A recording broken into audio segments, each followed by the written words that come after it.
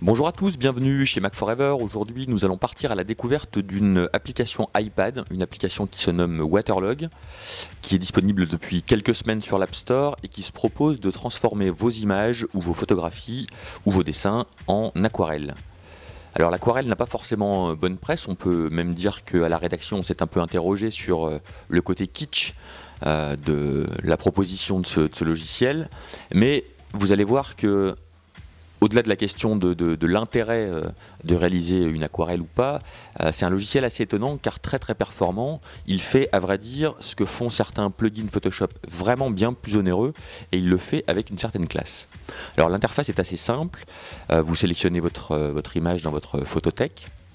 Vous pouvez évidemment prendre une photo sur l'instant pour alimenter celle-ci et le logiciel s'amuse à redessiner cette image en utilisant donc une technique qui s'apparente à l'aquarelle avec vraiment des touches de peinture.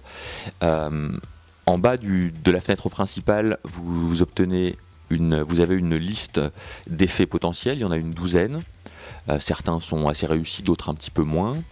Il faut évidemment les tester. Pour chaque effet, le logiciel demande quelques instants de calcul. Là, vous le voyez en temps réel sur un iPad Air. Donc c'est assez rapide, mais il faut quand même 4-5 secondes avant d'avoir l'image calculée. C'est assez sympa d'ailleurs comme effet, puisqu'on voit vraiment l'image qui apparaît un peu comme si on était en train de réaliser notre peinture. Chaque effet dispose d'une vignette de prévisualisation grossière qui permet d'éviter d'avoir à calculer l'image en elle-même. Donc là on vous passe en revue un certain nombre de ces effets. Alors vous voyez que sur un paysage ici, la haute côte de Nuits-Saint-Georges, l'effet est assez sympa.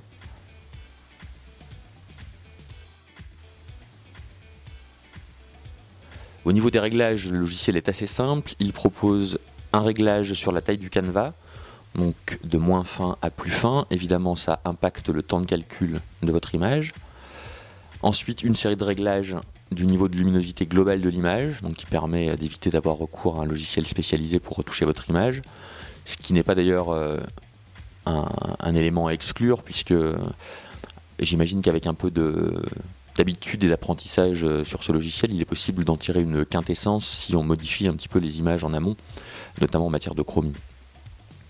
Un autre réglage permet ou pas d'affecter une bordure à l'image, elle n'est pas du tout réglable. Enfin, un bouton permet d'exporter votre image ou de l'ouvrir dans un des logiciels installés sur votre iPad compatible avec les fichiers images. Donc là, on peut par exemple l'ouvrir sur Autodesk Sketchbook Pro ou alors l'envoyer par exemple sur notre Mac en Bluetooth ou en AirPlay. Alors on va faire d'autres tests avec d'autres images que notre image de la côte de Nuits-Saint-Georges. Ici on est à Tanger, donc une image très saturée. Et on voit que l'effet est quand même assez séduisant.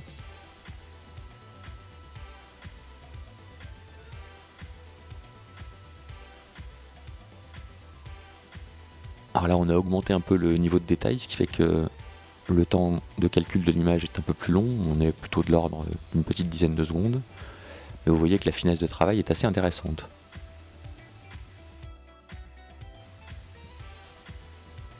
Voilà, bien saturé. Avec vraiment l'impression d'avoir les touches de peinture, les touches d'aquarelle. Assez joli.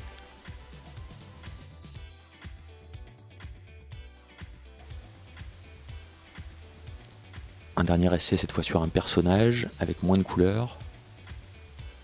Et en changeant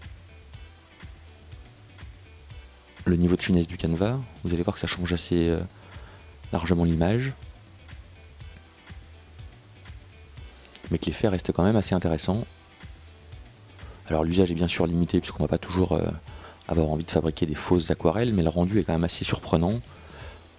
Et le logiciel est assez complet. On aurait aimé par exemple pouvoir choisir la texture du papier, ce qui n'est pas possible, ou avoir peut-être plus de choix dans les bordures ou dans les effets. Mais pour un logiciel vendu 2,69 €, il fait vraiment avec pas mal de brio ce que font des logiciels beaucoup plus onéreux sur nos Mac. Voilà pour ce petit passage en revue de ce logiciel. On espère que ça vous a intéressé et on vous dit à très bientôt sur Mac Forever, bien sûr. Ciao!